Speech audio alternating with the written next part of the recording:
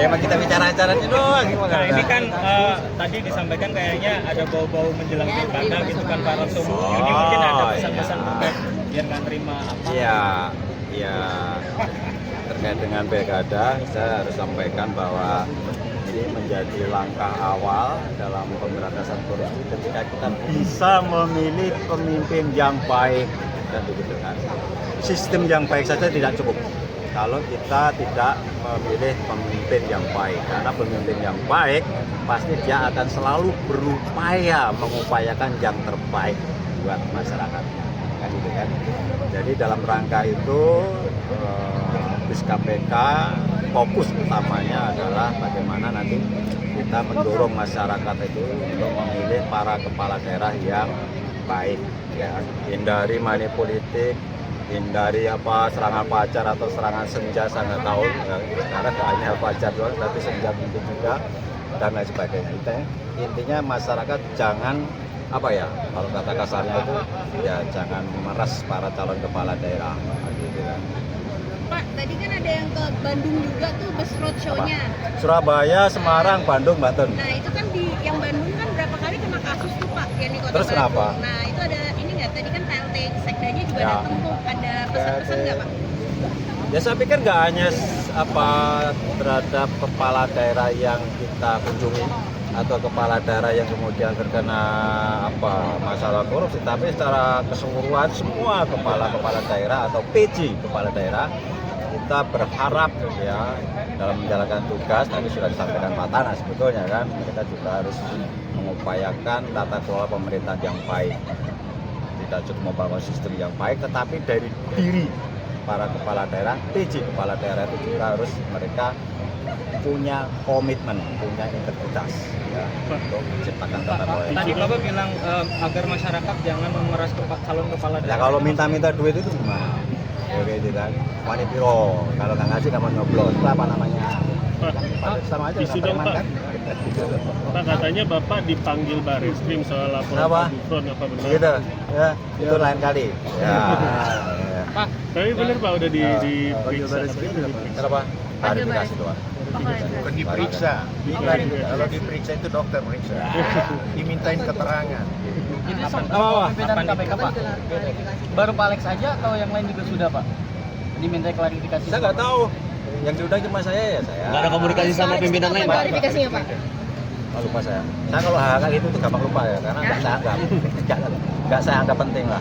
Coba Pak JT sekalian. Apa lagi? Udah kan? Pak, itu kasus di Telkom yang kedua itu yang di Telkom itu pengadaan fiktif kan? Pengadaannya pengadaan apa sih Pak kalau boleh tahu Pak? Kalau detailnya saya juga kurang tahu ya. Tentu penyidik yang lebih tahu ya pengembangan penyidiknya sampai sejauh mana. Dan pastinya nanti kalau ada bukti baru terkait keterlibatan para pihak yang lain nanti akan diskusikan. Tapi udah ada yang dicegah Pak? Udah ada yang dicegah terkait kasus itu nggak sih Pak? Waduh saya lupa. Banyak banget sih yang kita cegah. Nama-namanya siapa sih? Pak terkait kasus APD Pak, Kemenkes Pak. Akan ada penambahan lagi nggak sih Pak? Mungkin wilayah-wilayahnya gitu dari KPK di tahun depan atau Wilayah apa? dari 12 wilayah roadshow ini? Oh, ya ini sebetulnya kan mengulang lagi kan ya wilayah Jawa ya.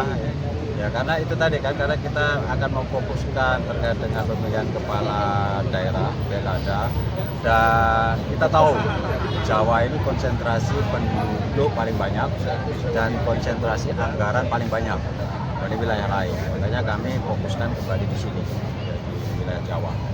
Pak, kemarin Opung Tumpak bilang kalau KPK periode ini paling nggak enak sepanjang dia dari awal loh di KPK. Perasaan itu saya dari dulu juga kalau di sini nggak enak. Tapi begini ya, kita bicara saja terkait pemberantasan korupsi tidak hanya KPK. Karena apa? KPK itu hanya subsistem dalam pemberantasan korupsi. Ada banyak sistem ya, dan KPK itu hanya subsistem, terutama dalam rangka penindakan dan pencegahan gitu. Ada kejaksaan, ada kepolisian, ada inspektorat, ada BPK, ada BPKP, dan berbagai lembaga-lembaga yang seharusnya itu dibangun suatu sistem untuk bisa mencegah korupsi. Itu dulu yang pertama. Jadi jangan hanya bicara merah putih gedung 4 KPK, tapi kita bicara merah putih dalam pengertian Indonesia. Pak, perusahaan gas negara Menurut saya sih, ya kalau kita bicara masalah KPK, itu terlalu kecil untuk bicara masalah korupsi. Kan gitu kan. Nah, itu. Pak, balik lagi soal klarifikasi tadi Pak yang sudah dilakukan Barreskrim. Selain Bapak ada komunikasi lagi nggak sih sama pimpinan-pimpinan lain gitu terkait pemeriksaan pimpinan KPK lain yang udah diperiksa juga atau diminta klarifikasi juga sama polisi juga ada? Pak, soal PGN perusahaan gas negara itu gimana Pak? Kasusnya soal apa sih Pak kalau boleh tahu? Pengadaan barang dan yang PGN pengadaan barang dan jasa atau fiktif kah? Oh, itu kalau nggak salah itu terkait dengan pengadaan gas ya, atau jual beli gas. Tempatnya. Itu berarti Itu ada jatuhnya markup atau fiktif atau gimana Pak? mahal? Waduh lupa ya, itu udah cukup lama.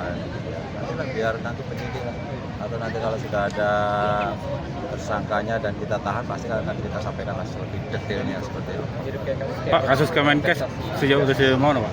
Kasus Kemenkes perkembangannya Pak, kan udah ada tersangkanya Sama tuh. juga itu, penyidik itulah masih didalami terus kan. Pak, kan LPI KPK udah cegah 4 orang ya Pak. Apakah ini potensial suspek Pak? Ya, kalau potensial sih siapa aja bisa jadi potensial kan, tergantung alat buktinya nanti yang dibeli apa. Pak Alex yang bicara soal yang pundi-pundi tadi itu Puan Biaswani itu kan kemarin di SCL, kasusnya di SCL itu kan banyak yang bahkan semua nyetor gitu dan mereka tidak alasannya itu selalu ketakutan. Nah, Ya. KPK melihat ini apakah semua Ya, jadi begini hampir ya, di lembaga ya, terjadi ya. atau gimana?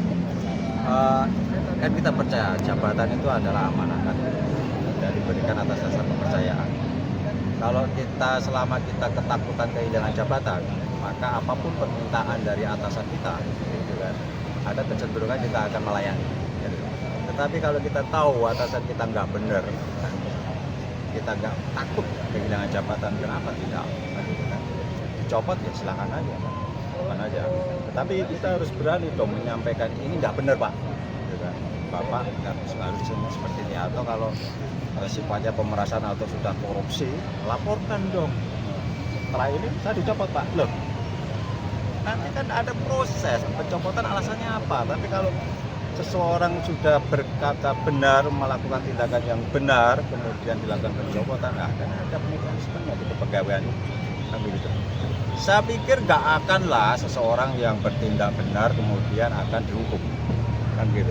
Itu dulu yang harus di setiap lembaga pemerintah, di setiap pemerintahan harus bisa kita pastikan staf pegawai pejabat kalau dia bertindak benar ya berani mengkoreksi pimpinan, dia tidak terancam kedudukan atau jabatannya kan seperti itu yang terjadi Kementan kan gitu kan.